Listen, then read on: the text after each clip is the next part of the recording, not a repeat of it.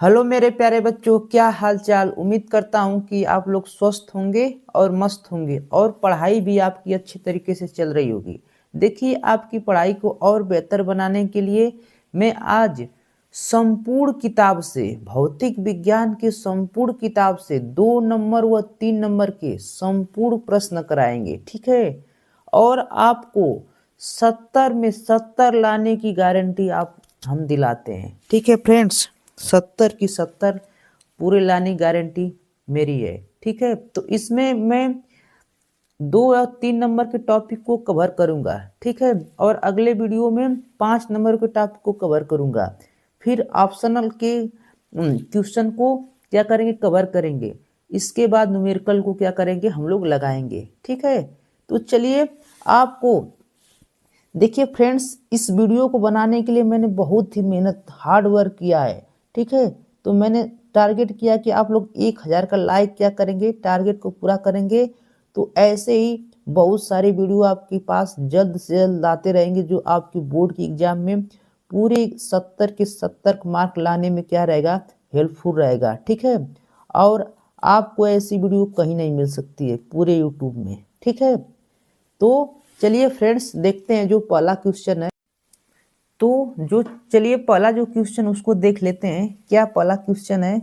Question जो आपका है पहले चैप्टर से है, विद्युत आवेश तथा क्षेत्र से है, ठीक। तो विद्युत बल संबंधित कूलाम का नियम क्या है, ये आपसे पूछा जाता है। कभी कभी आपसे 2 नंबरों में पूछा जाता है, कभी कभी 3 नंबरों में पूछा जाता है, इसमें न्यूमेरिकल भी जोड़ देता है, ठीक है। तो कूलाम के नियम को हम लोग क्या करने वाले हैं, समझने वाले हैं कि कूलाम का नियम क्या होता है। जरा देखिए कूलाम का नियम क्या होता है कि इस नियम के अनुसार, इस नियम के अनुसार 2 बिंदु आवेशों के बीच, देखिए 2 बिंदु आवेशों के बीच लगने वाला। अब देखिए जरा, मान लीजिए कि एक बिंदु आपका यहाँ पर क्या है, एक बिंदु मान लीजिए यहाँ पर ए है, ठीक है। क्या है, ए है। दूसरा बिंदु यहाँ पर मान लीजिए क्या है, बी है। क्या है, बी है। और बिंदु ए पर आपका जो आवेश है प्लस क्यू कूलाम का आवेश है, ठीक है। प्लस Q1 कूलाम का आवेश है। दूसरे बिंदु पर प्लस Q2 कूलाम का आवेश है। और ये दोनों आवेश जो हैं एक दूसरे से कितने दूरी पर स्थित हैं, ये दोनों आवेश एक दूसरे से स्मॉल r दूरी पर क्या है, स्थित हैं। स्मॉल r दूरी पर क्या है, स्थित हैं। तो मान लीजिए Q1 और Q2 दो आवेश हैं जो बिंदु ए और बी पर रखे गए, जिनके बीच की दूरी क्या है, स्मॉल r है, ठीक है। तो दोनों आवेशों के बीच में बल लगेगा, या तो प्रतिकर्षण बल लगेगा या तो आकर्षण बल। तो आपको पता रहना चाहिए, यदि सेम प्रकार के आवेश रहेंगे तो दो आवेशों के बीच में कौन सा बल लगेगा, प्रतिकर्षण बल, ठीक है। और विपरीत प्रकार के आवेश रहेंगे, विपरीत मतलब एक धन एक ऋण, तो कौन सा बल लगेगा, आकर्षण बल, ठीक है। तो क्या होता है जरा देखिए, तो इसमें कैसे इसको हल करते हैं, सिद्ध करते हैं। तो क्या लिखते हैं जरा देखिए। तो लिखने वाली बात क्या होती है कि दोनों आवेशों जो बल लगता है, दोनों आवेशों के गुणनफल के क्या होता है, अनुक्रमानुपाती होता है। मतलब F जो होता है दोनों आवेशों के गुणनफल, मतलब Q1 और Q2 के गुणनफल के क्या होता है, अनुक्रमानुपाती होता है। क्या होता है, अनुक्रमानुपाती होता है, ठीक।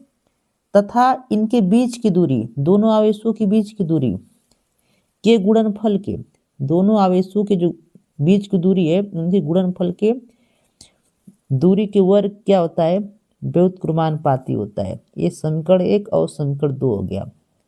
इनके बीच की दूरी के वर्ग क्या होता है, व्युत्क्रमानुपाती होता है। समीकरण 1 और समीकरण 2 को क्या करते हैं, मिला देते हैं। तो लिखेंगे यहाँ पर कि समीकरण 1 व 2 को मिलाने पर, समीकरण 1 व 2 को मिलाने पर,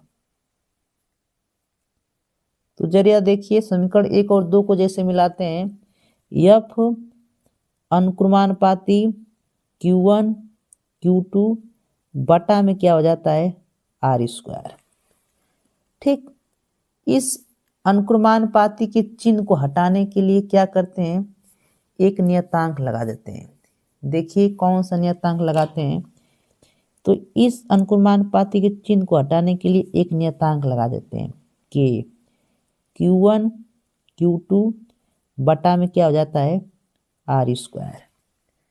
ठीक, और इस K के लिए मान क्या रख देते हैं, जरा देखिए क्या रख सकते हैं। इसका जो मान होता है क्या होता है, F बराबर 1/4 पाई एप्सिलॉन 0 Q1 Q2 बटा में क्या होता है R²।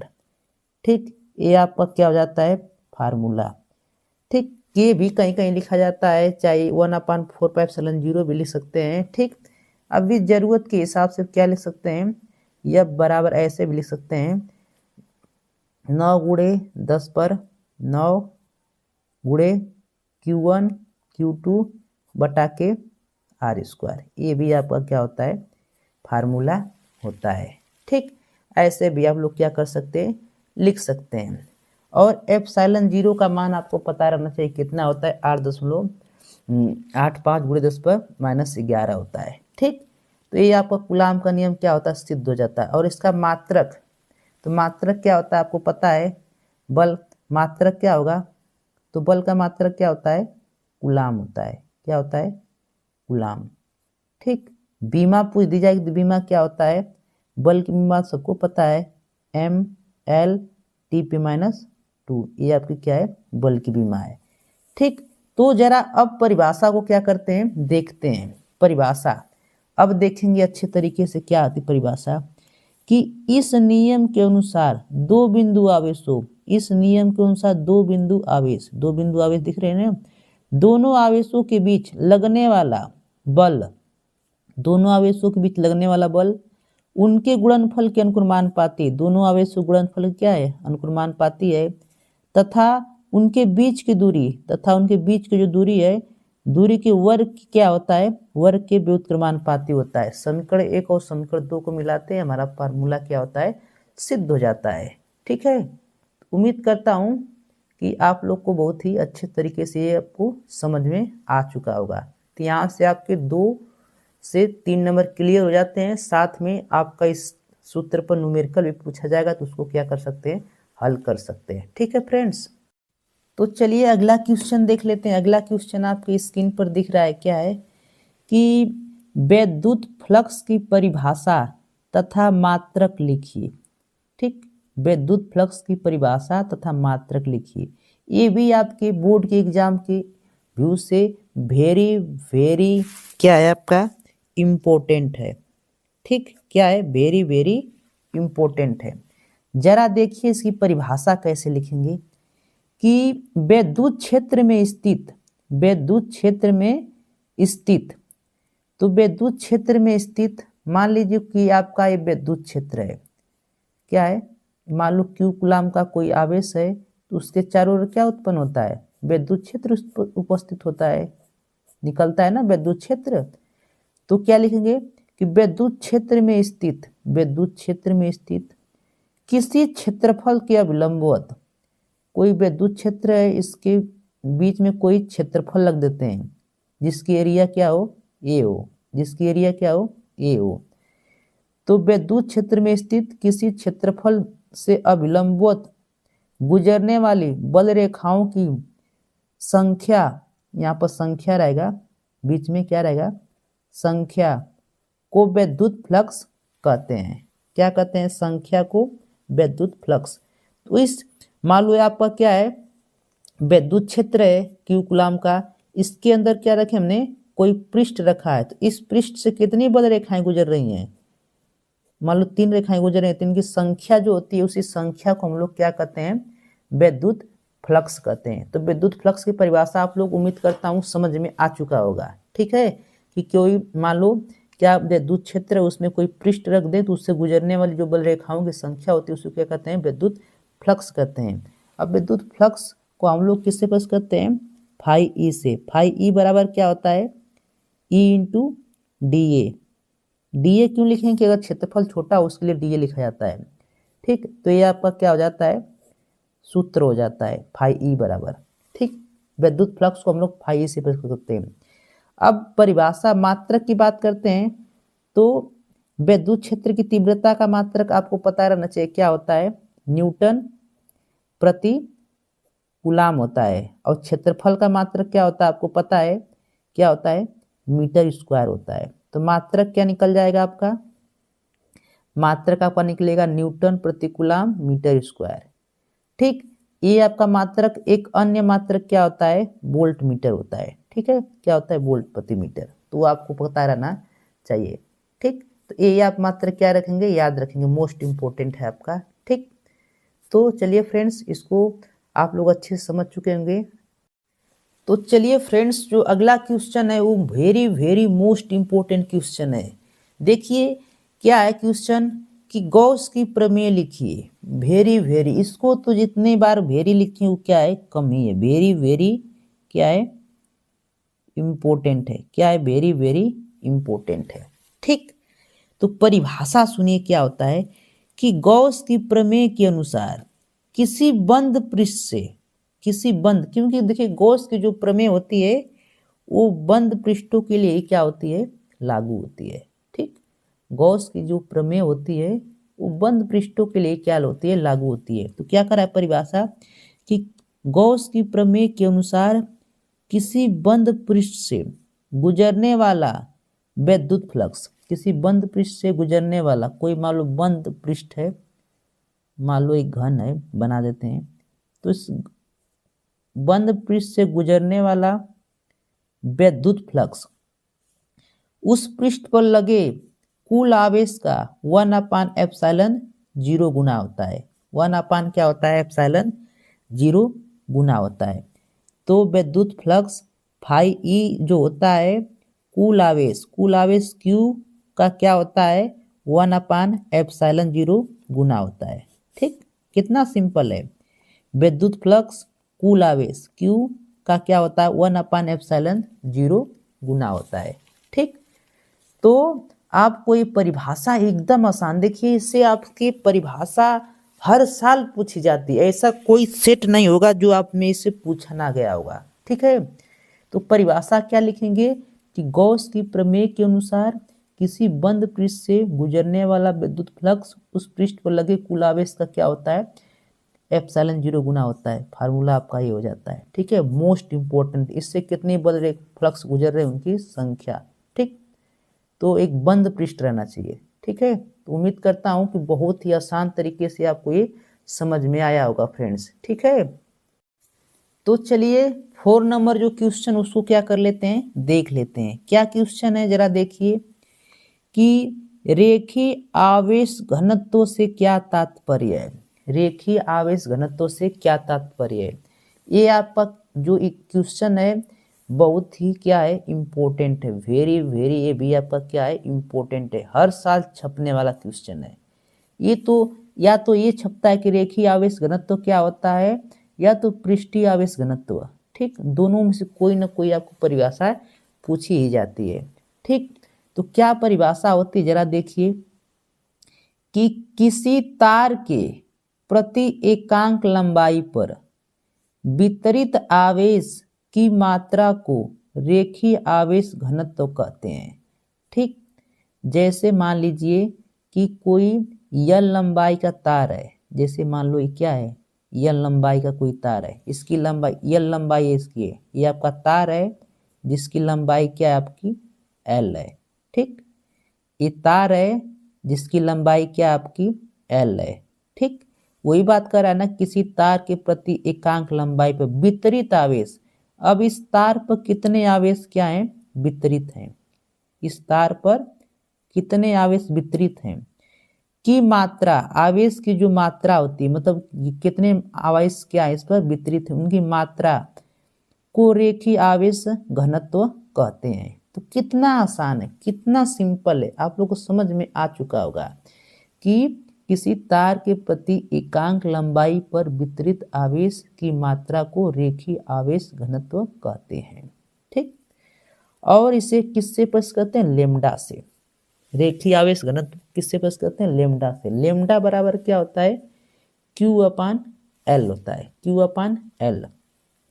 जब मात्रक की बात करते हैं तो आवेश का मात्रक क्या होता है, कूलाम होता है। लंबाई का मात्रक क्या होता है, मीटर होता है। ठीक, यदि बीमा की बात करेंगे तो बीमा आप लोग क्या करेंगे, निकाल लेंगे। आवेश की बीमा क्या होती है, एटी होती है ना, और लंबाई की बीमा क्या होती है, एल होती है। तो यहाँ से क्या कर लेंगे, हल कर लेंगे, एलटीए आ जाएगा, बीमा लता बोलते हैं। ठीक है, तो आप लोग क्या कर लेंगे, इसी तरह ज्ञात कर लेंगे। यदि आपसे यहाँ पर पूछ देगा पृष्ठीय आवेश घनत्व तो क्या होता है, तो क्या बताएंगे कि किसी पृष्ठ पर जिसमें लंबाई चौड़ाई हो, मतलब पृष्ठ, तो किसी पृष्ठ के प्रति एकांक क्षेत्रफल पर वितरित जो आवेश की मात्रा होती है उसी को हम लोग क्या बोलते हैं, पृष्ठीय आवेश घनत्व।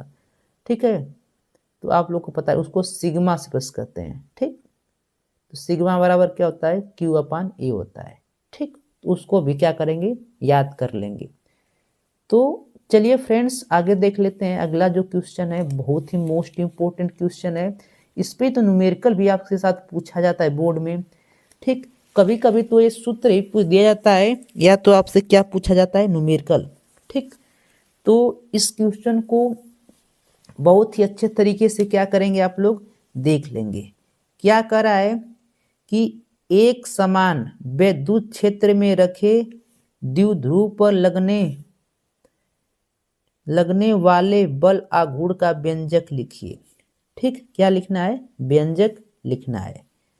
तो किसका लिखना है, बल आघूर्ण का व्यंजक, द्विध्रुव पर लगने वाला बल आघूर्ण का व्यंजक। तो बल आघूर्ण को हम लोग किससे प्रेस करते हैं, टाउ से। किससे, टाउ से।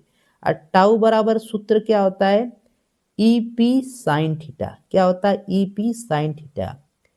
टाउ आपको पता है कि बल आघूर्ण है, ई क्या है, विद्युत क्षेत्र की तीव्रता है, पी क्या है, बल आघूर्ण है। ठीक है, अब साइन थीटा आपको पता रहना चाहिए, पी क्या है, द्विध्रुव आघूर्ण है, टाउ बल आघूर्ण है, अब ई क्या है, विद्युत क्षेत्र की तीव्रता। अब यहाँ से आपसे एक न्यूमेरिकल बोर्ड में पूछा जाता है, या तो इसका डेरिवेशन होता है। यदि डेरिवेशन आप लोग वीडियो में ना देखे होंगे तो जाकर मेरे वीडियो में बोलेंगे तो आप लोग को क्या हो जाएगा, इसका डेरिवेशन टाउ बराबर ई पी साइन थीटा का मिल जाएगा, जिसको बहुत ही आसान तरीके से बताया गया, उसको क्या करेंगे, देख लेंगे। ठीक है, तो इस पर न्यूमेरिकल या सूत्र प्रूफ के लिए एकदम पूछा ही जाता है, तो बहुत ही मोस्ट इंपॉर्टेंट है, इसको क्या करेंगे, देख लेंगे। सूत्र याद रहना चाहिए। ठीक, तो चलिए फ्रेंड्स ये आगे चलते हैं। अगला क्वेश्चन क्या है, अगला क्वेश्चन आपका मोस्ट इंपॉर्टेंट क्वेश्चन है। देखिए क्या करा है, क्वेश्चन क्या करा है, बहुत ही इंपॉर्टेंट है। देखिए करा है कि यदि दो आवेशित कणों के बीच की दूरी आधी कर दी जाए, मतलब दो आवेशित कोई कण है। ठीक, दो आवेशित कण है, मान लो Q1 और Q2, जिनके बीच की दूरी हम लोग क्या कर दे रहे हैं, आधी कर दे रहे हैं। मतलब पहले दूरी क्या थी, मान लो R थी, लेकिन पहले दूरी R थी, क्या थी, R थी, लेकिन अब दूरी क्या कर दे रहे हैं, आधी कर दे रहे हैं, मतलब R/2 कर दे रहे हैं। ठीक, तो उनके बीच लगने वाला बल पर क्या प्रभाव पड़ेगा, जब दूरी आधा कर देंगे तो बल क्या प्रभाव पड़ेगा। तो हमसे तो दूरी से मतलब है, तो F बराबर F अनुक्रमानुपाती क्या होता है, R स्क्वायर। तो F अनुक्रमानुपाती क्या होता है, R स्क्वायर। तो पहले था जब दूरी पूरा था तब R स्क्वायर होता है, लेकिन जब दूरी को क्या कर देंगे, आधा कर देंगे, आधा करेंगे तो क्या हो जाएगा, R/2। तब क्या रखेंगे, R/2। तो R/2 R का स्क्वायर करेंगे, 2 का स्क्वायर करेंगे। ठीक है, तो R 4 ऊपर चला जाएगा, R नीचे आ जाएगा, मतलब बल जो होगा पहले का क्या हो जाएगा, 4 गुना हो जाएगा। ठीक, ये ऑप्शन में पूछा गया है कई बार। ठीक, कि दूरी आधा कर देने पर बल क्या हो जाता है, तो 4 गुना हो जाता है। मोस्ट इंपॉर्टेंट है, इसको आप लोग मिस नहीं कर सकते, अच्छे से क्या करेंगे, देख लेंगे। ठीक है, कि दूरी आधा करने पर बल क्या होता है, 4 गुना हो जाता है। चलिए तो अगला क्वेश्चन देखते हैं। अगला क्वेश्चन आपका क्या दिया है, क्या दिया है कि निर्वात की विद्युतशीलता ε0 का मात्रक व बीमा लिखिए। ठीक, तो निर्वात की विद्युतशीलता एप्सिलॉन, निर्वात की हम लोग विद्युतशीलता को किससे प्रस्तुत करते हैं? एप्सिलॉन से। उसका मात्रक लिखना है वह बीमा। तो जब मात्रक की बात करते हैं तो मात्रक क्या होता है? कूलाम स्क्वायर प्रति न्यूटन मीटर स्क्वायर होता है। क्या होता है? कूलाम स्क्वायर प्रति न्यूटन मीटर स्क्वायर होता है। या तो इसी को ऐसे लिख सकते हैं, कूलाम प्रति न्यूटन मीटर स्क्वायर। बीमा की जब बात आती है, बीमा मोस्ट इंपोर्टेंट होती है, एम इनवर्स एल पे -3 T/4 ए स्क्वायर। ये बीमा क्या है? मोस्ट इंपोर्टेंट है। इसको क्या करेंगे? अच्छे से याद कर लेंगे। ठीक है, तो इसको भी चलिए स्क्रीनशॉट ले लीजिए, फिर आगे चलते हैं। तो चलिए अगला क्वेश्चन को क्या करते हैं? देख लेते हैं। अगला क्वेश्चन क्या कर रहा है, जरा देखिए। कह रहा है कि किसी समांतर प्लेट संधारित्र में परावैद्युतांक पदार्थ भर देने पर धारिता पर क्या प्रभाव पड़ता है? ठीक, मतलब कोई समांतर प्लेट संधारित्र है, उसमें क्या कर रहे हैं हम लोग? परावैद्युत पदार्थ भर दे रहे हैं, तो उसकी धारिता पर क्या प्रभाव पड़ेगा? ठीक है, तो धारिता बराबर सी। धारिता को हम लोग किससे प्रस्तुत करते हैं? सी से। सी बराबर जो आपका फार्मूला होता है, सी बराबर क्या होता है? के ए एप्सिलॉन 0 डी। के क्या है? कोई परावैद्युत पदार्थ होता है। ए क्या है? क्षेत्रफल। एप्सिलॉन 0 आपको पता है। डी क्या है? कि दो प्लेटों के बीच की दूरी है। तो हमसे पूछा क्या है कि धारिता मतलब परावैद्युत पर क्या प्रभाव पड़ेगा? तो परावैद्युत किसके अनुक्रमानुपाती है? सी जो है के अनुक्रमानुपाती। सी क्या है? धारिता। सी जो धारिता किसके अनुक्रमानुपाती है? परावैद्युत के। मतलब अनुक्रमानुपाती में क्या होता है? मतलब धारिता बढ़ने पर, परावैद्युत बढ़ने पर धारिता बढ़ जाती है। ठीक है, तो अगर भर देंगे तो धारिता क्या हो जाएगी? आपकी बढ़ जाएगी। ठीक है, तो क्या उत्तर लिखेंगे कि परावैद्युत पदार्थ भर देने पर धारिता क्या हो जाती है? बढ़ जाती है, क्योंकि इसके क्या है? सी के अनुक्रमानुपाती है। अगर व्युत्क्रमानुपाती होता है तो दूरी बढ़ने पर धारिता घट जाती है। व्युत्क्रमानुपाती में क्या होता है? एक बढ़ेगा तो एक घट जाएगा, लेकिन अनुक्रमानुपाती में एक बढ़ता है तो ये भी बढ़ता है। ठीक, इतनी बात आपको क्या रहना चाहिए? याद रहना चाहिए। तो ये क्वेश्चन आपका क्या है? मोस्ट इंपोर्टेंट है। तो चलिए अगला क्वेश्चन देख लेते हैं। अगला क्वेश्चन क्या है? बहुत वेरी वेरी इंपॉर्टेंट क्वेश्चन है। क्या है? यहाँ पर लिख दें, वेरी वेरी क्या है? इम्पोर्टेंट आपका क्या है? क्वेश्चन है। ठीक, इम्पोर्टेंट क्वेश्चन देखिए क्या कर रहा है कि आवेशित समांतर प्लेट संधारित्र की प्लेटों के बीच विद्युत क्षेत्र में ऊर्जा घनत्व का सूत्र लिखिए। ऊर्जा घनत्व क्या करना है? सूत्र लिखना है। तो ऊर्जा घनत्व को हम लोग किससे प्रदर्शित करते हैं? तो UE से प्रदर्शित करते हैं। किससे प्रदर्शित करते हैं? UE से। UE बराबर क्या होता है? Half epsilon 0 E square. ई आपको पता है क्या है? विद्युत क्षेत्र। देखिए कभी कभी इस फार्मूले पर, सबसे बड़ी बात फार्मूला याद रहेगा तो इस पर न्यूमेरिकल पूछा जाएगा तो आप न्यूमेरिकल हल कर देंगे। न्यूमेरिकल में फायदा करेगा, साथ में इसका डेरिवेशन आप लोग देख लीजिएगा। ठीक, और ऑप्शन में पूछेगा तभी भी कर लेंगे। ठीक, 1 नंबर में पूछा जाएगा तभी भी कर लेंगे, 2 नंबर में पूछा जाएगा तभी भी कर लेंगे। तो ठीक है, बहुत ही इंपॉर्टेंट हो जाता है। ठीक, तो चलिए अगला क्वेश्चन देख लेते हैं। अगला क्वेश्चन आपका क्या है? बहुत ही मोस्ट इंपॉर्टेंट क्वेश्चन है, बहुत बार पूछा गया है बोर्ड में। ठीक, क्या दिया गया है कि परावैद्युत पदार्थ क्या है? ठीक, परावैद्युत पदार्थ क्या है? तो ऐसे पदार्थ जो अपने में से विद्युत धारा को प्रवाहित नहीं होने देते हैं लेकिन विद्युत प्रभाव दर्शाते हैं, उन्हें परावैद्युत पदार्थ कहते हैं। जैसे कांच, मोम, कागज, तेल आदि। ठीक है, कुछ पदार्थ ऐसे होते हैं जिसमें से विद्युत धारा नहीं प्रवाहित होती है। जैसे मान लो कुछ पदार्थ ऐसे होते हैं जिनमें विद्युत धारा नहीं बहती है लेकिन उनका प्रभाव दिखाते हैं, उन उसमें उसका गुण होता है, धारा का मतलब बहने का गुण होता है, लेकिन उसके प्रभाव को धारा जब प्रवाहित करते तो नहीं बहता है, लेकिन उसमें उसके पास वो गुण होता है। ठीक, उसे क्या कहते हैं? परावैद्युत पदार्थ। जैसे कांच, मोम, कागज, तेल आदि।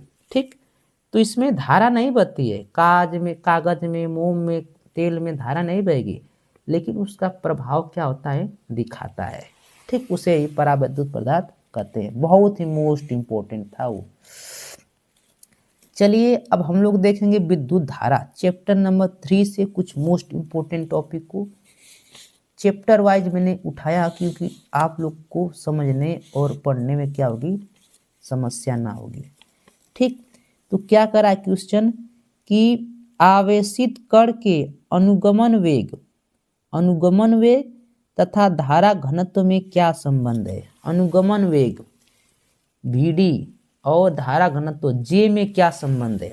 तो J बराबर, देखो आपको पता है J बराबर, J को हम लोग धारा घनत्व लिखते हैं, धारा घनत्व J बराबर क्या होता है, Ne Vd।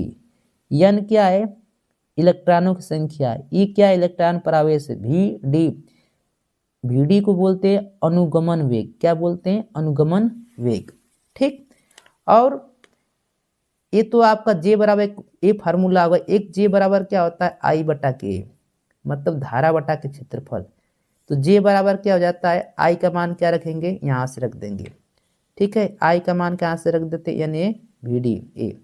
अब देखिए A से कट जाता है तो क्या आ जाता है आपका, यानी Vd आ जाता है। ये आपका फाइनल क्या आ जाता है, आंसर आ जाता है। मोस्ट इंपोर्टेंट, इस पर न्यूमेरिकल भी आपसे पूछ ही दिए जाते हैं।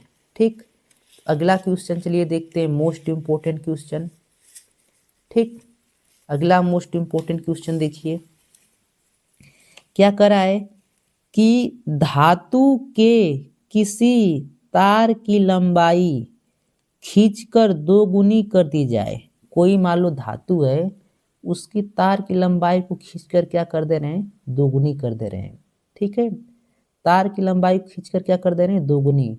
तो तार का नया प्रतिरोध क्या होगा। ठीक, जो पूछ रहा है कि तार का नया प्रतिरोध क्या होगा। अगर कोई तार है, उसकी लंबाई खींचकर क्या कर रहे हैं, 2 गुना कर दे रहे हैं, मतलब पहले 1 था अब 2 कर दे रहे हैं, तो तार नया प्रतिरोध क्या होगा। इसके लिए एक सिंपल फार्मूला होता है। ठीक, कि नया प्रतिरोध 4 गुना हो जाएगा। क्या हो जाएगा, नया प्रतिरोध 4 गुना हो जाएगा। आप हमेशा याद रखिएगा, नया प्रतिरोध कितना हो जाएगा, 4 गुना। नया प्रतिरोध बराबर क्या होता है, N स्क्वायर गुणे पुराना प्रतिरोध। ये फार्मूला आपको क्या रहना चाहिए, कंठस्थ रहना चाहिए। क्या रहना चाहिए, नया प्रतिरोध बराबर क्या होता है, N स्क्वायर गुणे पुराना प्रतिरोध। ठीक है, तो मोस्ट इंपोर्टेंट है, इसको भी क्या कीजिएगा, अच्छे से देख लीजिएगा। तो चलिए फ्रेंड्स, अगला जो टॉपिक है उसको क्या कर लेते हैं, देख लेते हैं, और बहुत ही आसान तरीके से क्या कर लेते हैं, समझ लेते हैं।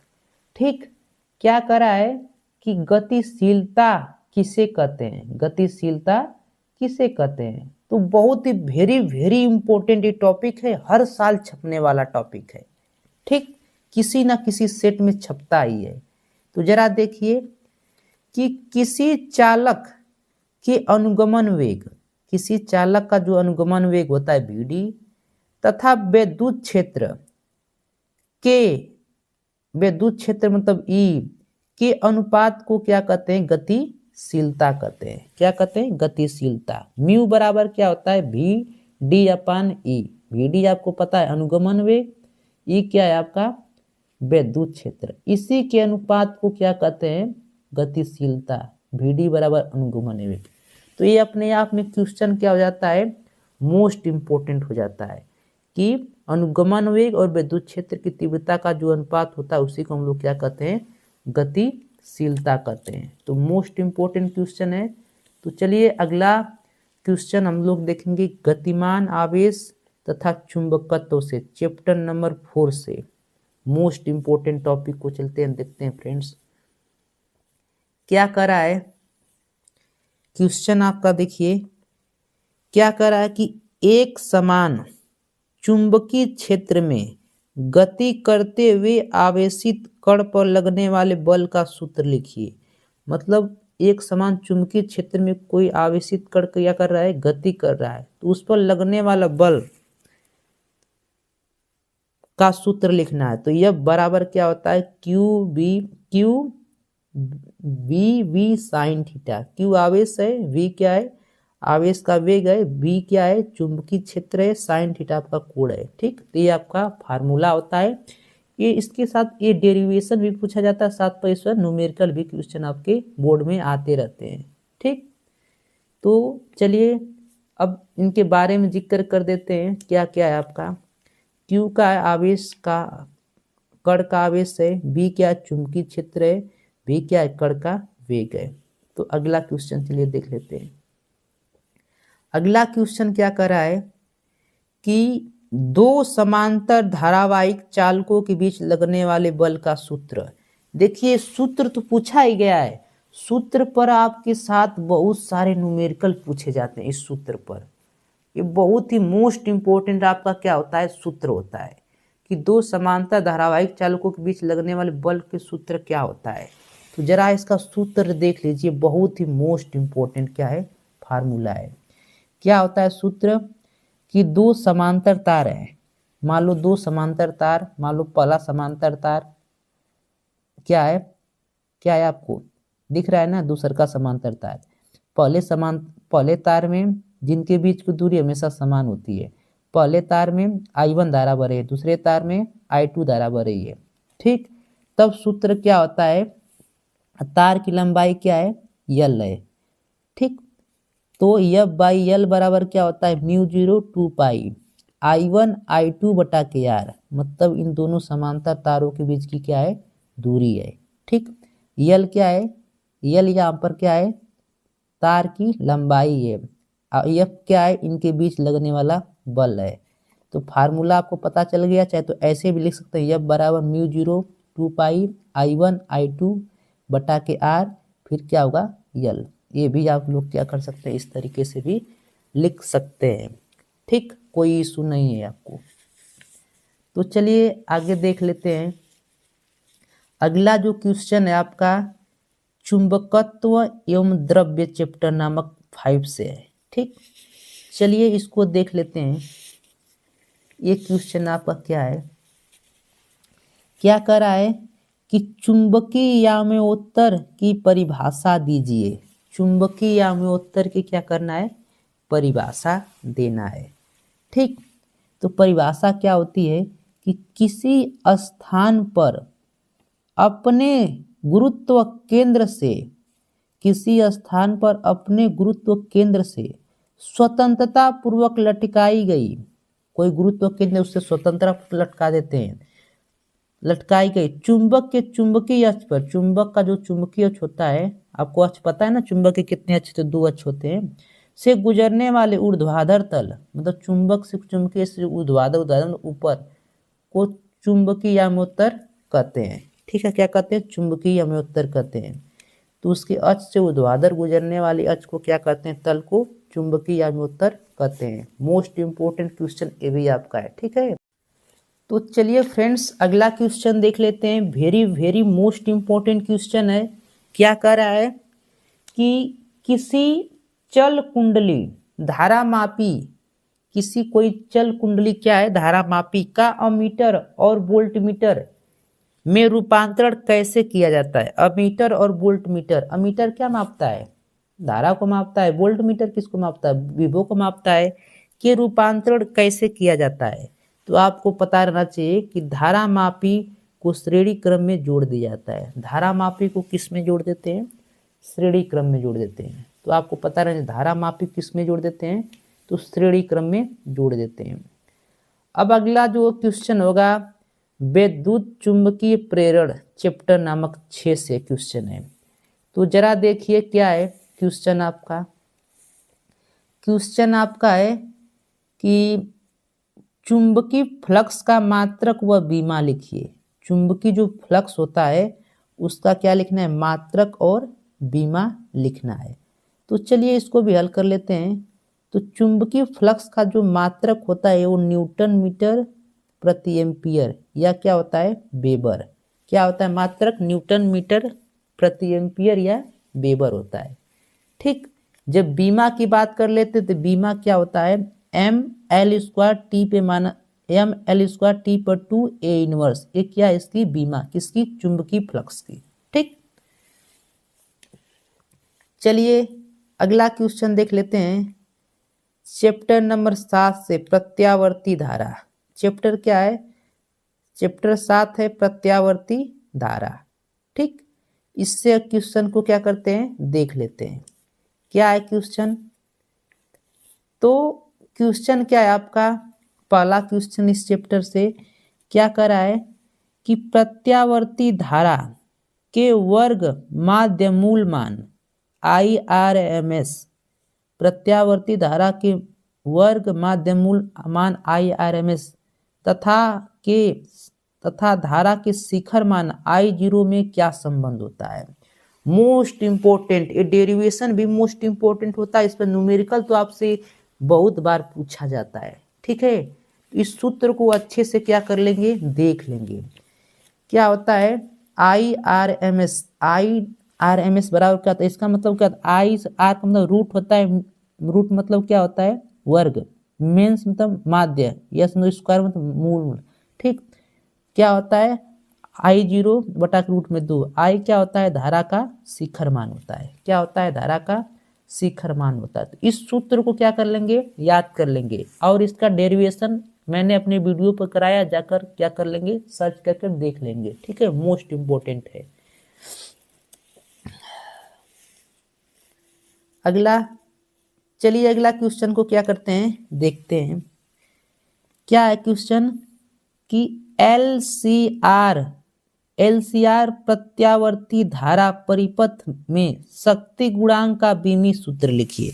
किसका बीमी सूत्र लिखना है, LCR जो परिपथ होता है, LCR मतलब जिसमें क्या हो, LCR भी जुड़ा हो, स्वप्रेरण जो प्रेरण होता है वो, धारिता जुड़ा हो, प्रतिरोध जुड़ा हो, ऐसे प्रतिरोध का जो होता है उसे LCR बोलते हैं। उसका शक्ति गुणांक का सूत्र लिखना है। जरा देखिए क्या होता है।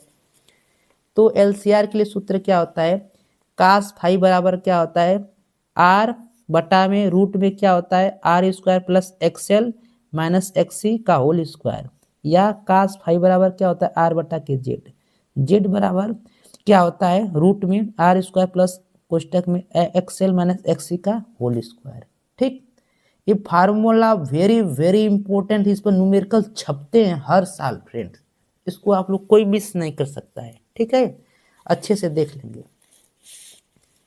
चलिए अगला क्वेश्चन देख लेते हैं। अगला क्वेश्चन क्या है कि अनुनाद की स्थिति में श्रेणीबद्ध LCR परिपथ की प्रतिबाधा का मान क्या होगा। अनुनाद की स्थिति में श्रेणीबद्ध LCR परिपथ की प्रतिबाधा का मान क्या होता है। तो आपको पता रहना चाहिए क्या होता है, प्रतिबाधा बराबर प्रतिरोध, मतलब R बराबर क्या होता है Z, मतलब Z के बराबर R होता है। तो मोस्ट इंपोर्टेंट है, इसको भी क्या कर लेंगे, देख लेंगे।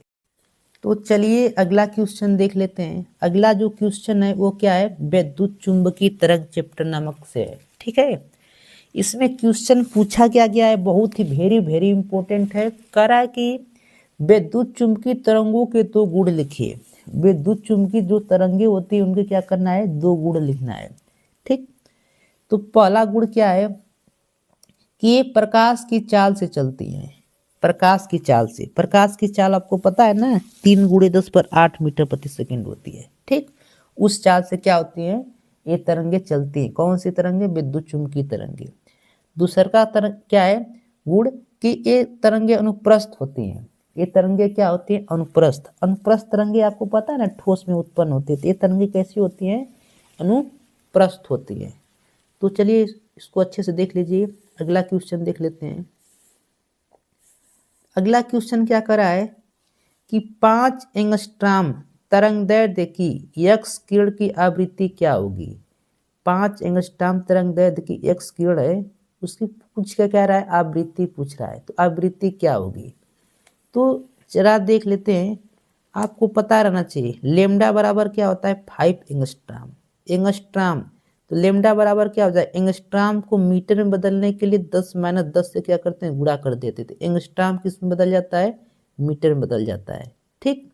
हमसे पूछा क्या गया है, आवृत्ति। क्या पूछा गया है, आवृत्ति, ठीक।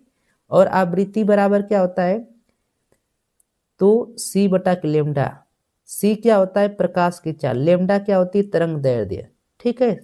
तो प्रकाश की चाल कितनी होती है, 3 × 10⁸ मीटर प्रति सेकंड निर्वात में। लेमडा का मान कितना है, 5 × 10⁻10। अब देखो यहाँ से क्या करेंगे, कैंसिल आउट करेंगे, 5 से इसको काटेंगे, ठीक। क्या करेंगे, घात को हल करेंगे। घात को हल करना आप लोग को आना चाहिए। इस घात को ऊपर भेजेंगे तो ऊपर जाकर माइनस में हो जाएगा, कितना हो जाएगा 17, है ना। ऊपर जाएगा तो क्या हो जाएगा, माइनस हो जाएगा ना 17, यहाँ पर 17 हो जाएगा, लिखेंगे 17, हाँ 18, ठीक 18 हो जाएगा तो एक शून्य यहाँ पर दे देंगे तो क्या बचेगा, 17 बचेगा, ठीक। तो 17 एक शून्य यहाँ पर दे दिए तो 5 से काट देंगे तो कितना हो जाएगा, 6 बचेगा। ये ऊपर चला गया है तो 17 हो जाएगा। अब मात्रक क्या हो जाएगा आपका, हर्ट्ज। मात्रक क्या हो जाएगा, हर्ट्ज। तो 6 गुणे 10 पर 17 हर्ट्ज आपका क्या हो जाएगा, फाइनल आंसर हो जाएगा। अगला क्वेश्चन क्या कर रहा है, क्वेश्चन कर रहा है कि रेडियो तरंगों, एक्स किरणों, गामा किरणों एवं सूक्ष्म तरंगों को उनके तरंग दैर्ध्य के घटते क्रम में लिखिए। क्या करना है, उसके तरंग दैर्ध्य के घटते क्रम में लिखना है, ठीक। कौन कौन सी तरंगों में, तो रेडियो तरंगों में, एक्स किरणों में, गामा किरणों में और सूक्ष्म तरंगों में। घटते क्रम में कैसे लिखेंगे, तो देखिए घटते क्रम में लिखेंगे, पहला सूक्ष्म तरंग, फिर एक्स किरण, गामा किरण, रेडियो तरंग, सबसे घटता क्रम आपका ये है, फिर ये है, फिर ये है, फिर ये है, ठीक। एक किरणों का क्या है, घटता हुआ क्रम हमने क्या कर दिया, लिख दिया। बहुत ही मोस्ट इंपोर्टेंट है, पूछा गया है बोर्ड में आपसे, ठीक। अगला जो है किरण प्रकाशिकी एवं प्रकाशिकी यंत्र से, अब चैप्टर नंबर क्या है, 9th है, उसको क्या करते हैं देख लेते हैं, ठीक। तो क्या है जरा देख लीजिए, क्वेश्चन क्या करा पहला कि किसी पतले प्रिज्म द्वारा उत्पन्न विचलन कोण का सूत्र लिखिए। कोई पतले प्रिज्म जानते हैं ना, जिनका कोण जो ए का मान होता है 5 डिग्री से क्या होता है, कम होता है, मतलब 5 डिग्री से कम, उसे क्या कहते हैं, पतला प्रिज्म बोलते हैं, ठीक है। तो बोल रहा है कि किसी पतले प्रिज्म द्वारा उत्पन्न विचलन कोण का क्या करना है, सूत्र लिखना है। तो क्या होता है सूत्र उसके लिए, डेल्टा एम। डेल्टा एम क्या होता है, यहाँ पर विचलन कोण होता है, ठीक। एन अपवर्तनांक होता है -1, ए क्या होता है, प्रिज्म का क्या होता है, कोण होता है, ठीक। तो वह बात यहाँ पर लिखी गई है कि डेल्टा एम क्या होता है, विचलन कोण होता है, ए क्या होता है, प्रिज्म कोण होता है, एन क्या होता है, अपवर्तनांक होता है, ठीक। चलिए तो अगला क्वेश्चन देख लेते हैं। देखिए इस पर न्यूमेरिकल पूछे ना, देखिए क्या करा है, पतला प्रिज्म, देखिए 5 डिग्री से मान क्या है, कम है ना। तो क्या करा है कि एक पतले प्रिज्म का प्रिज्म कोण 4 डिग्री है, कितना है, 4 डिग्री है, तथा इसके पदार्थ का अपवर्तनांक 1.5 है। तो न्यूनतम विचलन कोण का मान, मतलब डेल्टा एम बताना है, मतलब ए का मान, प्रिज्म कोण को ए स्पेस करते हैं, ए बराबर 4 डिग्री दिया है, एन का मान अपवर्तनांक होता है 1.5 दिया है, तो डेल्टा एम का मान पूछ रहा है। सूत्र अभी अब यहाँ पर देखें, इसी सूत्र में क्या कर देंगे, भर देंगे। तो देखिए 1.5 में से इतना घटाएंगे तो 0.5 बचेगा, उसमें गुणा करेंगे तो आ जाएगा 2 डिग्री, कितना आ जाएगा, 2 डिग्री। तो डेल्टा एम का मान कितना आ जाएगा, 2 डिग्री। बहुत ही सिंपल और आसान है, बस एन का मान 1.5 भर दो, -1 कर दो, फिर 4 से गुणा कर दो। 4 क्या है आपका, प्रिज्म कोण है, प्रिज्म कोण का मान 4 डिग्री है, ठीक। तो चलिए अगला क्वेश्चन देख लेते हैं। अगला क्वेश्चन आपका क्या है, बहुत मोस्ट इंपोर्टेंट क्वेश्चन है। क्या करा है कि अवतल लेंस के द्वितीय फोकस की परिभाषा दीजिए। अवतल लेंस का जो द्वितीय फोकस है उसकी क्या करना है, परिभाषा देना है, ठीक। तो परिभाषा क्या होगी उसको बताना है। तो क्या होती है परिभाषा, जरा सुनिए कि मुख्य अक्ष के समांतर, मुख्य अक्ष के जो समांतर चलने वाली किरणें अपवर्तन के बाद, अपवर्तन क्यों बोला जाए, क्योंकि प्रकाश किरण क्या करेगी, हवा से कांच में प्रवेश करेगी, इसलिए अपवर्तन के बाद मुख्य अक्ष के जिस बिंदु पर मिलती है, मुख्य अक्ष जो आपका खींचा जाता है लेंस में, आप लोग पढ़े हैं ना क्लास 10 में, मुख्य अक्ष के जिस बिंदु, जैसे आप लोग पढ़े होंगे ऐसे लेंस बनाते थे, ठीक। लेंस उत्तल लेंस बना दिए, फिर ऐसे मुख्य अक्ष हो गया। तो अगर कोई किरण समांतर ऐसे जाती थी तो अपवर्तन होता था लेंस के द्वारा, फिर मुख्य अक्ष किसी बिंदु पर मिल जाती थी तो जहाँ पर मिल जाती थी उसे हम लोग क्या बोलते थे, मुख्य फोकस बोल देते थे। ठीक, तो ये आपका मुख्य फोकस, इसके आगे द्वितीय फोकस होता था। ठीक है, जिस बिंदु में मिलती या मिलती हुई प्रतीत होती हैं उसे उस बिंदु का द्वितीय फोकस कहते हैं। तो ये हमने उत्तल का बता दिया, किसका पूछा है, अवतल का। ठीक, तो परिभाषा आप लोग को पता रहना चाहिए कि मुख्य अक्ष के समांतर चलने वाली प्रकाश की किरणें अपवर्तन के बाद मुख्य अक्ष के जिस बिंदु पर मिलती हैं या मिलती हुई प्रतीत होती उस बिंदु को क्या कहते हैं, द्वितीय फोकस कहते हैं। बहुत ही मोस्ट इंपॉर्टेंट, इसको क्या कर लेंगे, देख लेंगे। चलिए अगला क्वेश्चन क्या कर रहा है कि किसी प्रिज्म के पदार्थ के अपवर्तनांक का सूत्र अल्पतम विचलन कोण प्रिज्म कोण के पदों में लिखिए। अब देखिए अपवर्तनांक का सूत्र अल्पतम विचलन कोण डेल्टा एम प्रिज्म कोण ए के पदों में लिखना है। तो सूत्र आपको पता है, n बराबर क्या होता है, क्लास 10th में पढ़े थे, n बराबर क्या होता है, साइन कोष्टक में क्या होता है, a प्लस लेमडा एम बटा में 2, फिर बटा में क्या होता है, कुल के साइन a बटा के 2। अब n जो होता है, n क्या होता है, अपवर्तनांक होता है। आपको पता है ना कि हर चीज का अपवर्तनांक अलग होता है, जल का अपवर्तनांक अलग होता है। जल का अपवर्तनांक किसको याद होता है, जल का अपवर्तनांक क्या होता है, 1.33, कांच का अपवर्तनांक 1.52, तो अपवर्तनांक होता है। ठीक, डेल्टा एम क्या होता है, विचलन कोण होता है, ए क्या होता है यहाँ पर, प्रिज्म कोण। इस पर आपसे न्यूमेरिकल सवाल पूछे जाते हैं। क्या पूछा जाता है, न्यूमेरिकल सवाल आपसे पूछा जाता है। तो ये आपका क्या होता है, मोस्ट इंपोर्टेंट पड़ जाता है। ठीक, और साथ में इसका डेरिवेशन तो पूछिए मत, डेरिवेशन आपसे ये 5 नंबरों में क्या होता है, पूछा जाने वाला है। ठीक है, पूछा जाता है। चला अगला क्वेश्चन देखिए। अगला क्वेश्चन क्या करा है कि पूर्ण आंतरिक परावर्तन की शर्त लिखिए। पूर्ण आंतरिक परावर्तन की क्या करना है, शर्त लिखना है। तो पूर्ण आंतरिक परावर्तन की शर्त क्या होती है, आपको पता है ना, पढ़ाए थे आपको, इसकी पढ़ेंगे जाकर खोज के वीडियो में सर्विस स्टडी के द्वारा पूर्ण आंतरिक परावर्तन की शर्तें, तो आपको वीडियो मिल जाएगी। ठीक है, तो पूर्ण आंतरिक परावर्तन की 2 शर्तें होती हैं। ठीक, क्या होती है, पूर्ण आंतरिक परावर्तन की 2 शर्तें निम्नलिखित हैं। पहली शर्त क्या है कि प्रकाश सघन माध्यम से विरल माध्यम में जा रहा हो। प्रकाश क्या हो रहा है, सघन माध्यम से विरल माध्यम में जाना चाहिए। पूर्ण आंतरिक परावर्तन के लिए 2 शर्त होती है, तो दोनों शर्त बहुत ही मोस्ट इंपॉर्टेंट होती है, वो पूछा जाता है आपसे कि शर्त लिखिए। तो पहली शर्त क्या लिखेंगे कि प्रकाश जो किरण होती है सघन, सघन मतलब जैसे हवा और कांच में सघन कौन है, पता है ना आपको, कांच आपका क्या होता है, सघन होता है। तो सघन, तो प्रकाश किरण सघन से विरल में जाना चाहिए। ठीक, और आपतन कोण का मान क्रांति कोण से क्या होना चाहिए, बड़ा होना चाहिए। क्रांति कोण आप लोग जानते हैं ना, पढ़े होंगे। क्रांति कोण क्या होता है कि वह आपतन कोण जिसके लिए अपवर्तन कोण का मान क्या हो जाता है, 90 डिग्री हो जाता है, उसे हम लोग क्या बोलते हैं, क्रांति कोण बोलते हैं। ठीक है, तो आप लोग को पता रहना चाहिए। तो आपतन कोण का मान क्या होना चाहिए, क्रांति कोण से बड़ा होना चाहिए। आपतन कोण जानते हैं ना कि आपतित कोण और अविलंब के बीच बने कोण को क्या कहते हैं, आपतन कोण कहते हैं। ठीक, अगला क्वेश्चन क्या है, जरा देखिए कि परावर्ती दूरदर्शी की 2 विशेषताएं लिखिए। परावर्ती जो दूरदर्शी होता है उसकी क्या करना है, 2 विशेषता लिखना है। ठीक, तो उसकी 2 विशेषता लिखते हैं। पहली विशेषता जरा देखिए, इसके द्वारा प्रतिबिंब अधिक चमकीला बनता है। इसके द्वारा जो प्रतिबिंब बनता है वो क्या बनता है, अधिक क्या बनता है, चमकीला बनता है। चमकीला मतलब समझ रहे हैं ना, बहुत ही चमक के साथ बनता है। ठीक, चटकदार बोलते जिसको, ऐसे।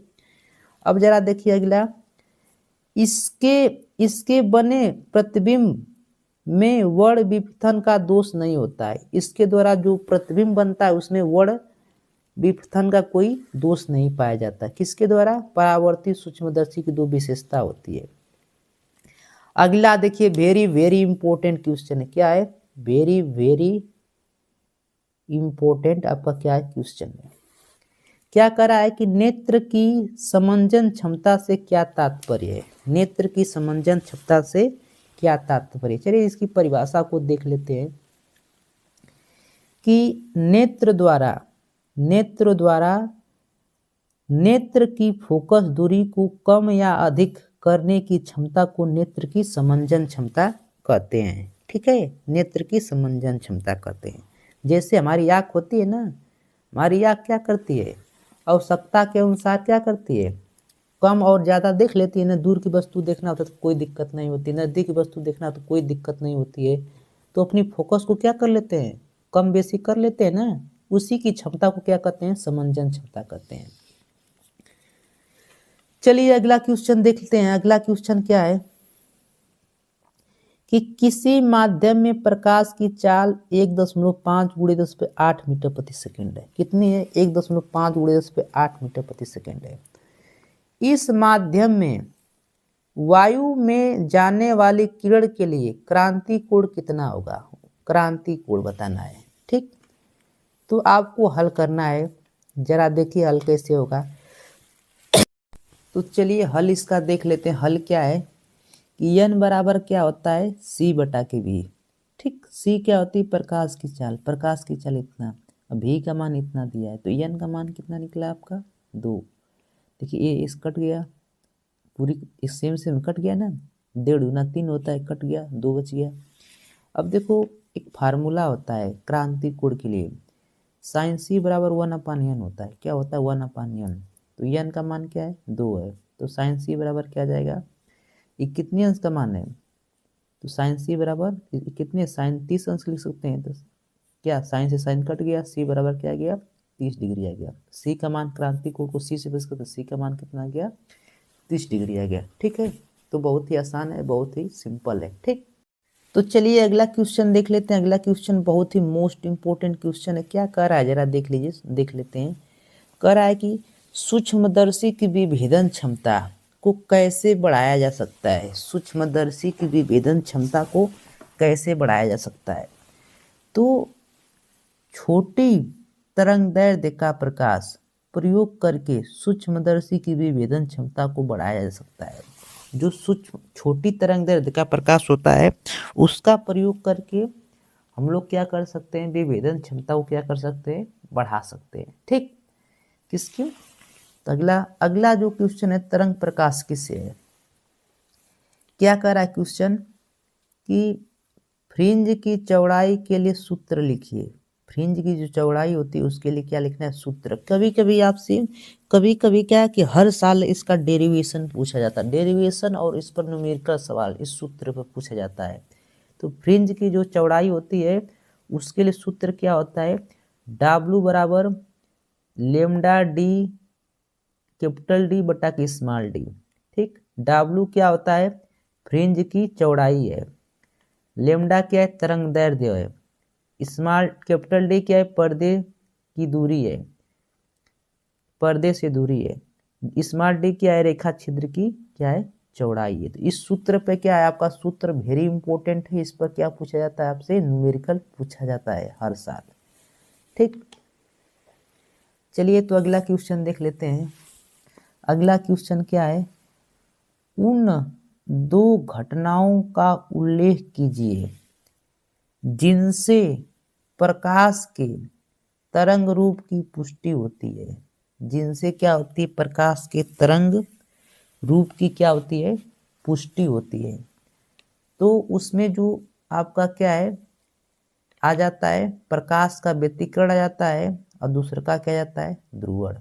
इन 2 घटनाओं से क्या होता है, प्रकाश के तरंग की क्या होती है, पुष्टि होती है। ठीक, चलिए तो अगला क्वेश्चन देखते हैं।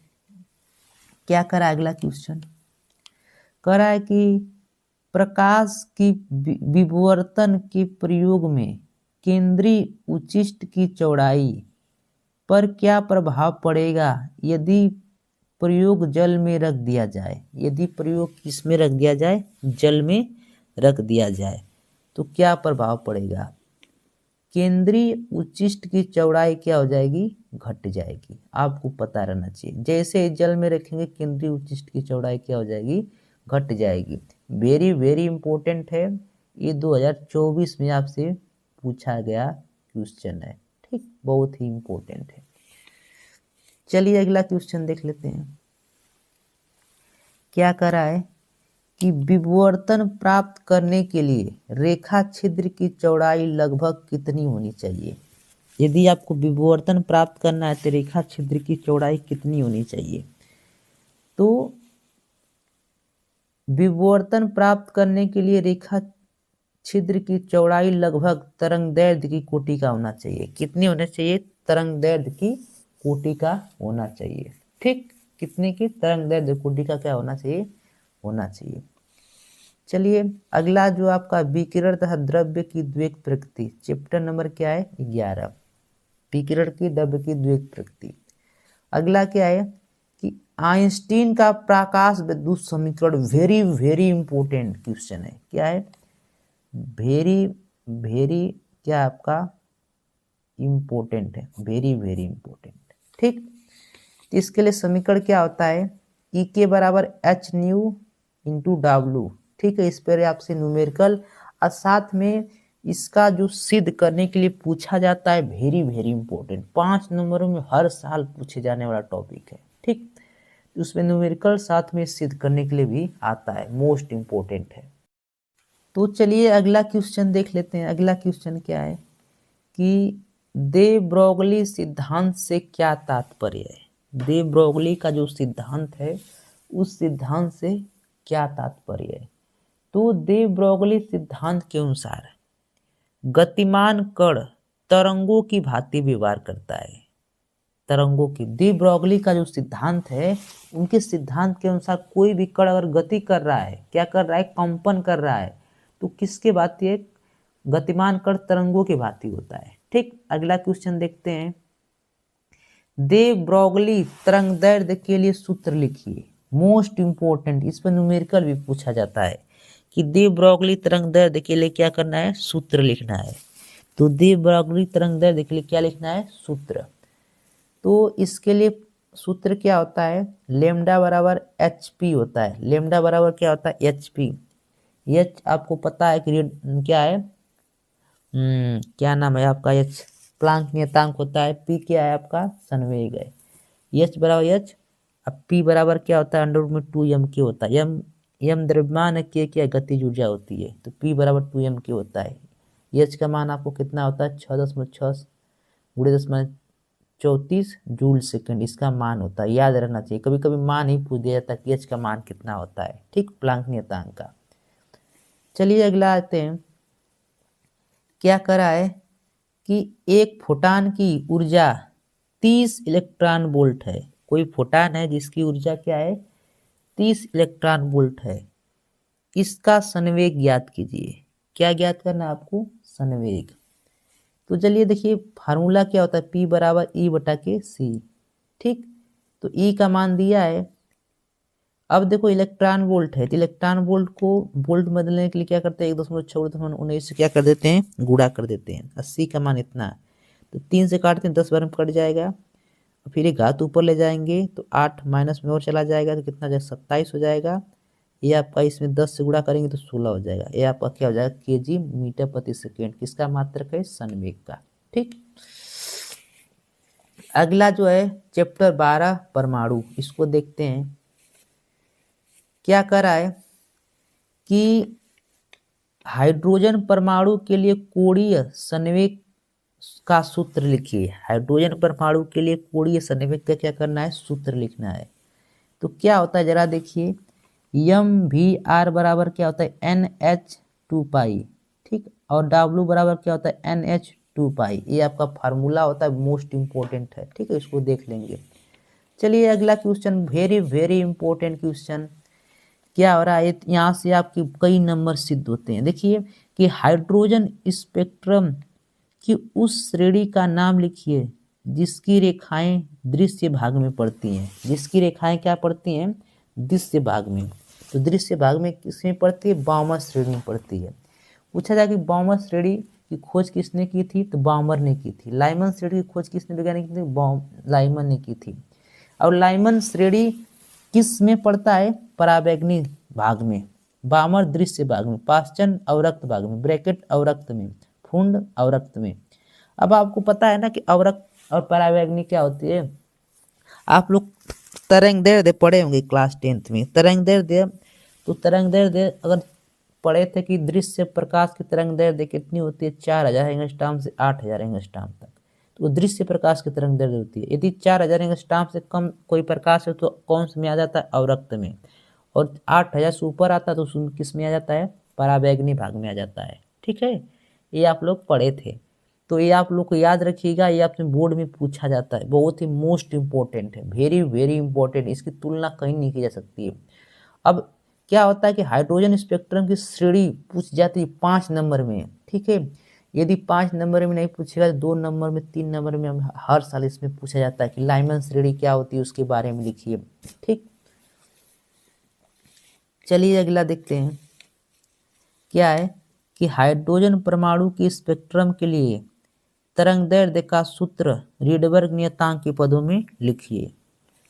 तो क्या होता है, मोस्ट इंपोर्टेंट क्या होता है, 1/λ बराबर आर, कोष्टक में 1/n1 का स्क्वायर माइनस 1/n2 का स्क्वायर।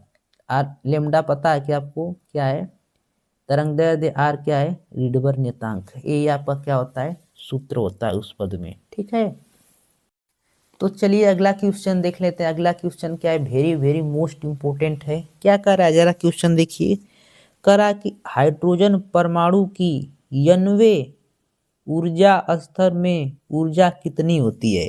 तो 90वें ऊर्जा स्तर में कितनी ऊर्जा होती है, कितनी होती है, कितना होती है, ई, हाँ EN क्या होता है, -13.6 इलेक्ट्रॉन वोल्ट बटा के n स्क्वायर। इसको इस तरह भी लोग लिखते हैं कि EN बराबर क्या होता है, RH माइनस RSC बटा के n स्क्वायर। ठीक, इसको ऐसे भी लिखा जाता है। देखो RHC को जब हल करते हैं तो 13.6 इलेक्ट्रॉन वोल्ट आता है, तो इसको ऐसे भी आप लोग क्या कर सकते हैं, लिख सकते हैं। चलिए अगला चैप्टर जो है नाभिक से देख लेते हैं क्वेश्चन, कि परमाणु द्रव्यमान मात्रक AMU का क्या होता है।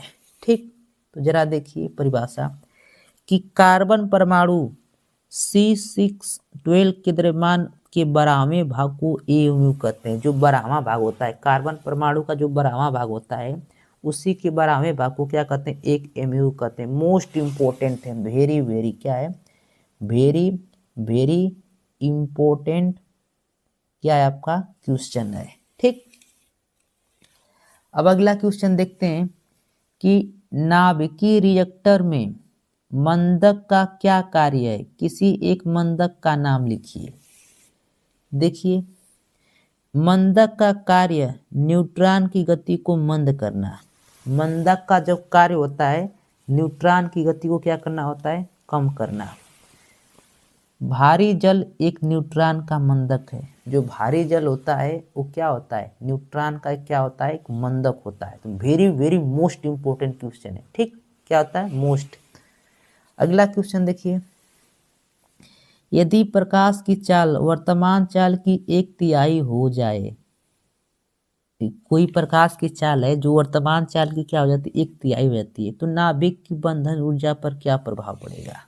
ठीक, तो जरा देखिए क्या है, नाभिक की बंधन ऊर्जा बराबर डेल्टा E बराबर क्या होता है, डेल्टा MC² होता है। ठीक, तो हमसे C² मतलब है, तो C डेल्टा E अनुक्रमानुपाती C² क्या कर रहा है कि इसकी ऊर्जा 1/3 हो जाती है, तो क्या हो जाएगा, 1/9 हो जाएगा। ठीक, अगला क्वेश्चन मोस्ट इंपोर्टेंट क्वेश्चन है friends, very very important question, बहुत वेरी इंपोर्टेंट। संभारिक, आपसे बोर्ड में पूछा जाता है कि संभारिक, समस्थानिक, समन्यूट्रॉनिक। यदि ये आपसे पूछा जाता है तो 3 नंबरों में पूछा जाता है, इसका उदाहरण के साथ लिखना होता है। ठीक है, उदाहरण के साथ संभारिक, समस्थानिक और समन्यूट्रॉनिक को समझाइए। तो हमने यहाँ पर सिर्फ एक उठाया, तो एक अगर पूछा जाएगा तो 1 नंबर में या 2 नंबर में पूछा जाएगा। ठीक, तो समस्थानिक क्या होता है, संभारिक क्या होता है, ऐसे परमाणु जिनके परमाणु भार समान, परमाणु भर क्या रहे, समान रहे, लेकिन परमाणु क्रमांक क्या होते हैं, भिन्न भिन्न होते हैं, उन्हें क्या कहते हैं, संभारिक कहते हैं। परमाणु भार क्या हो, समान हो, लेकिन परमाणु क्रमांक भिन्न भिन्न हो, क्या कहते हैं, संभारिक। जैसे देखिए परमाणु क्रमांक क्या है सबका 4 5 6, 4 5 6 भिन्न भिन्न है ना, लेकिन परमाणु भार क्या है इक्वल है, इसलिए इसे क्या कहते हैं समभारिक कहते हैं। अगला क्वेश्चन देखिए, सूर्य में हाइड्रोजन नाभ की संलयन की अभिक्रिया लिखिए। तो सूर्य में नाभ क्या होता है अभिक्रिया 1H2 + 1H2 बराबर क्या होता है 2H2 2He हीलियम का 4+ ऊर्जा बनता है। ठीक है, तो बहुत ही मोस्ट इम्पोर्टेंट है, इसको अच्छे से क्या करेंगे देख लेंगे, आप लोग मिस नहीं कर सकते हैं। ठीक, तो चलिए अगला क्वेश्चन देखते हैं। क्या अगला क्वेश्चन है कि एक AMU द्रव्यमान को पूरी तरह नष्ट करने में कितनी ऊर्जा प्राप्त होती है। ठीक, एक AMU द्रव्यमान को पूरी तरह से नष्ट करने में कितनी ऊर्जा प्राप्त होती है, आपको पता रहना चाहिए कि एक AMU द्रव्यमान को पूरी तरह से नष्ट करने में कितनी ऊर्जा नष्ट होती है। तो एक AMU बराबर क्या होता है 931 मिलियन इलेक्ट्रॉन वोल्ट क्या करना पड़ता है ऊर्जा नष्ट करना पड़ता है। तो ये आपको बहुविकल्पी में भी पूछ दिया जाता है, साथ में एक नंबर में भी क्या किया जाता है पूछा जाता है, तो बहुत इंपॉर्टेंट पड़ जाता है। अगला क्वेश्चन देखिए कि नाभिकीय रिएक्टर में कौन सी घटना होती है। तो आपको पता रहना चाहिए कि नाभिकीय रिएक्टर में नाभिकीय विखंडन की क्रिया होती है। कौन सी क्रिया होती है नाभिकीय विखंडन। ठीक, तो नाभिकीय रिएक्टर में कौन सी क्रिया होती है मोस्ट इंपॉर्टेंट नाभिकीय विखंडन क्रिया होती है। चलिए लास्ट चैप्टर क्या है अर्धचालक संधि डायोड। चलिए इसका देख लेते हैं। पहला क्वेश्चन इसका जो है कि पी प्रकार के अर्धचालक बनाने के लिए इसमें से कौन सा अपद्रव्य मिलाया जाता है। जो पी प्रकार का अर्धचालक होता है, अर्धचालक पता है ना 2 प्रकार के होते हैं, एन प्रकार के अर्धचालक और पी प्रकार के अर्धचालक। तो पी प्रकार का जो अर्धचालक बनता है उसमें कौन सा हम लोग क्या करते हैं अपद्रव्य मिलाते हैं। तो आपको पता रहना चाहिए कि शुद्ध सिलिकॉन में 3 संयोजकता वाले तत्व को मिलाने पर पी प्रकार का अर्धचालक बनता है। अब शुद्ध जो सिलिकॉन होता है उसमें क्या करते हैं 3 संयोजकता वाले जो तत्व होते हैं क्या करते हैं उनको मिलाकर पी प्रकार के अर्धचालक को क्या करते हैं बनाते हैं। अगला क्वेश्चन क्या है एन प्रकार का अर्धचालक कैसे बनता है। तो शुद्ध सिलिकॉन में 5 संयोजकता वाले तत्वों को मिलाकर क्या करते हैं एन, आपको पता है ना शुद्ध सिलिकॉन में क्या करते हैं एन 5 संयोजकता वाले तत्वों को मिलाकर क्या करते हैं इसको मिलाते हैं। तो ये दोनों क्वेश्चन क्या हो जाते हैं बोर्ड के एग्जाम से वेरी वेरी इंपॉर्टेंट है। ठीक है, इन दोनों को अच्छे से देख लीजिएगा। चलिए अगला क्वेश्चन देख लेते हैं। क्या है कि संधि डायोड में अवक्षय परत से क्या तात्पर्य है। संधि जो डायोड होता है उसमें अवक्षय परत से क्या तात्पर्य है। तो संधि डायोड में पीएन संधि के निकट दोनों ओर वह क्षेत्र जिसमें कोई स्वतंत्र आवेश वाहक उपलब्ध नहीं होता है उसे क्या कहते हैं अवक्षय परत। जैसे मान लो कि ये क्या हो गया एन हो गया, इधर मान लो पी हो गया, तो इसके अंदर कोई एन का ना पी का कोई आवेश वाहक क्या ना हो ना उपस्थित हो से ही क्या कहते हैं अवक्षय परत कहते हैं। बहुत ही मोस्ट इंपोर्टेंट है। ठीक, अगला क्वेश्चन देखिए ऐसे 2 अपद्रव्यों के नाम लिखिए जो शुद्ध सिलिकॉन को अर्धचालक बना देते हैं। जो क्या करते हैं शुद्ध सिलिकॉन को क्या कर देते हैं अर्धचालक बना देते हैं। तो ऐसे 2 अपद्रव्यों के नाम लिखिए जो शुद्ध सिलिकॉन को अर्धचालक बना देते हैं। पहला आर्सेनिक, दूसरा का फास्फोरस। पहला जो होता है आर्सेनिक होता है, दूसरा का क्या होता है फास्फोरस होता है। ठीक है, तो ऐसे 2 अर्धचालक हैं। अगला क्वेश्चन देखते हैं। अगला और लास्ट क्वेश्चन है आपका क्या है कि प्राचीर विभव से क्या तात्पर्य है। ठीक, तो प्राचीर विभव से क्या तात्पर्य है अवक्षय परत के सिरों के बीच, अवक्षय जो परत होता है के सिरों के बीच उत्पन्न विभवांतर को क्या कहते हैं प्राचीर विभव कहते हैं। क्या कहते हैं प्राचीर विभव कहते हैं। ठीक, अवक्षय जो परत होती है ये आपकी अवक्षय परत दिख रही ना, इसके बीच में जो भी विभवांतर उत्पन्न होता है उसी को हम लोग क्या बोलते हैं अवक्षय प्राचीर विभव कहते हैं। ठीक, तो फ्रेंड्स उम्मीद करता हूँ कि ये वीडियो आपके लिए बहुत ही हेल्पफुल रही होगी। और यदि वीडियो अच्छी लगी हो और चैनल पर नए हो तो चैनल को लाइक एवं सब्सक्राइब कीजिए और अपने प्यारे दोस्तों को शेयर कीजिए। ठीक है friends, love you, take care friends, please support me.